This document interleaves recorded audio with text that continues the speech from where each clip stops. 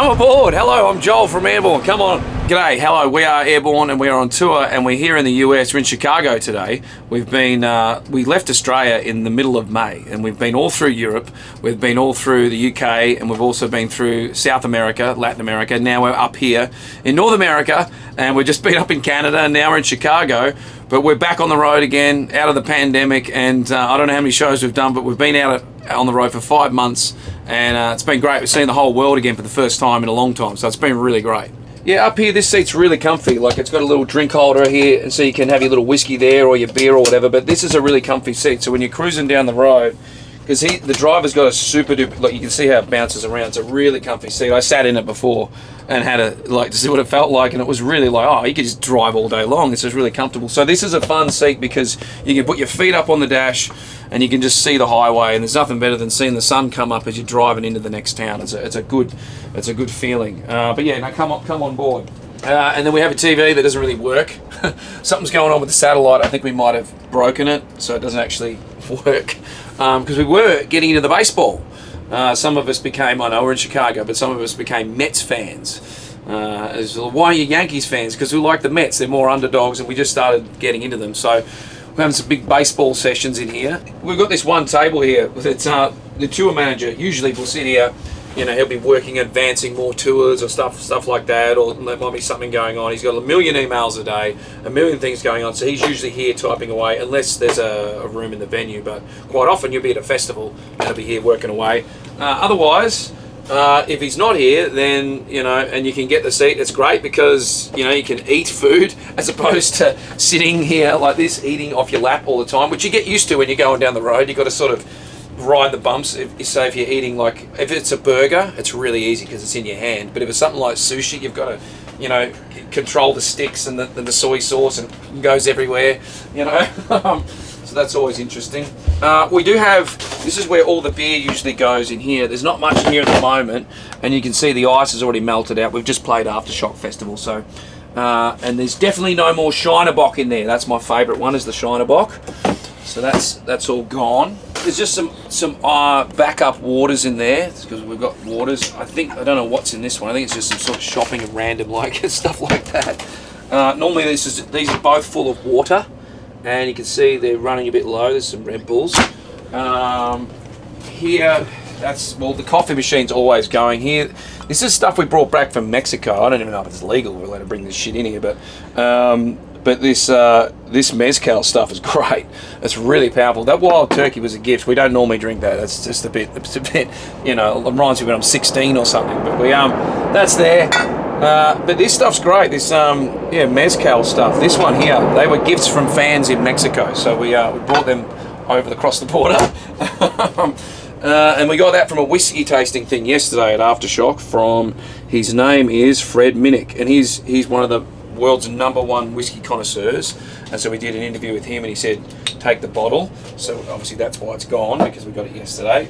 That machine never stops, and somewhere in here, oh no, that's not it. It would be good to show you this, but it doesn't seem to be here. Chris Barber, who's part of the crew, he has his own coffee. It's called High Road Coffee. It tastes great. That's why there's none left, because it's already been dranken. So I'd love to show you that, but it's not there. Some lollies, candy, all that sort of stuff, you know. The pod coffee thing, I'm a real fan of this American style, sort of like, you know, you just, that sort of dirty old, just keep the pot, you know, hot, keep it running. It tastes great. We are obviously introduced into America. Half and half, you got to have your half and half. I think that's what that is, yeah, half and half. I never knew what it was. I was like, what do you, half of what? Isn't it milk? I said, no, it's milk and cream, which is great coffee. In the fridge, there's not really, I don't even know what's in here. There's probably some things, there's some old sushi there, so that probably is a bit woofy. We've got some coconut milk for those who drink that. We've got the normal milk down there. It's just all juice and stuff like that. I can see some bottles of white wine down there. There's another bottle of white wine here. We do like our white wine, especially with sushi. So obviously, if you've ever been on a tour bus or you've watched this show before, you know you can't shit on a tour bus. Sometimes when you have guests, they don't know that, and then this happened in Europe once. friend of ours from Australia he goes on and took a shit, and he goes, "Oh, sorry guys, I had to back one out." We go, "What do you mean you had to back one out?" And he goes, "I just really needed to go." And then like the bus driver lost it because it was like it ruined the tank, it ruined all this stuff. So yeah, you really can't do that because it's also pretty embarrassing if you're the dude that blows up the bus, shitter. So every day when you wake up, you get your coffee. The first thing you do is you get your coffee, then you sort of like stumble around like a zombie. You turn around with your coffee like this. You go, "Oh, what are we doing today?" And you go, "There's your day sheet." And I'll tell you, because here we are in Chicago, I'll tell you everything about the place. Showers, no, which is not a great thing when there's no showers. And this is the whole run in North America there. That's where, so that's also how you can sort of plan what you're doing the next day and stuff. That was Louder Than Life. That was yesterday. So yeah, we were on this day with Kiss, Alice Cooper, Rob Zombie. Rob Zombie was phenomenal. Kiss were great. Alice Cooper was great. Kiss's show was ginormous. It was humongous. I'd seen them in Download in England, but I swear the show at Louder Than Life was bigger. I don't know how they did it, but it's Kiss. They make it big. Here's where everyone sleeps. Some of us have funky little light setups like inside here. This is my bunk, this is where I live, and I got put onto this. You can change the lighting. If I can get in here and you can change it up, like make it a bit more funky like this. Always got to have the whiskey in there, got to have the American bourbon with the glass, just because you don't really do much when you're on the road. It's a lot of driving, so you spend a lot of time in here, what we nickname our bunks pits. So I'll be in my pit. Especially if you're down here. If we don't like a promoter, we tie them up and drag them along the back of the bus. We haven't had to use it yet, so all the promoters have been great. So keep it up, boys. There's two types of bunks. There's ones where people sleep, and there's ones where junk bunk, where you put stuff like all up here. This is where people's bags go. I think we have about 8 people in here, or 9 people.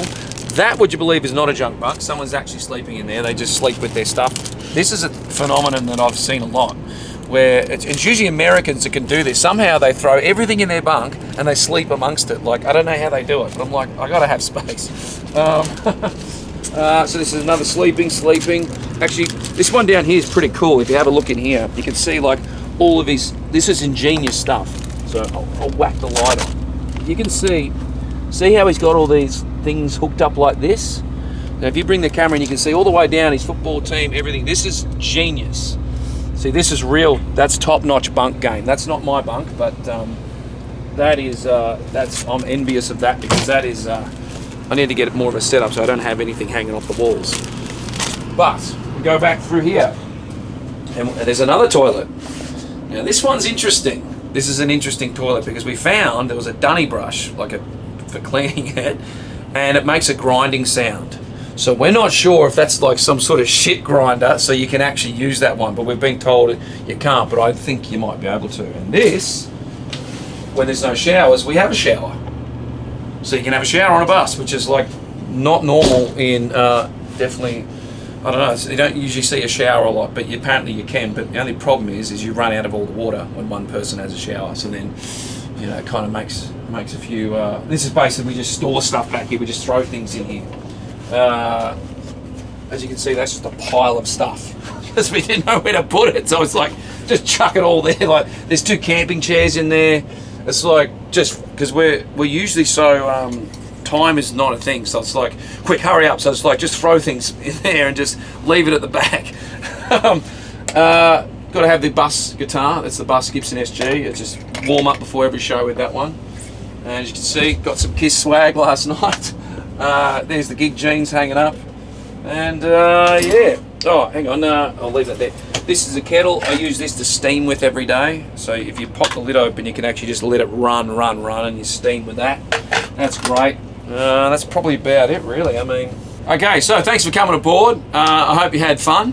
On part number 2, we'll be flying over to Europe, and you'll be coming on board the European bus because we'll be touring there, and that's a double decker with all these sorts of other exciting things we can discover. So here we are on the American one. Thank you for coming, and if you want to check us out, airbournerock.com, or we're all over Instagram and Facebook. If you just type Airbourne in, we come in, just Google us, we'll be there. And we've got a tour coming up at the end of the year, but we will be back in the States because we'll be recording a new record early next year. So we're pumped about that. And if you're in town where we are, come to the bar where there's playing rock and roll. We might be there having a beer, and we'll see you there. Rock on.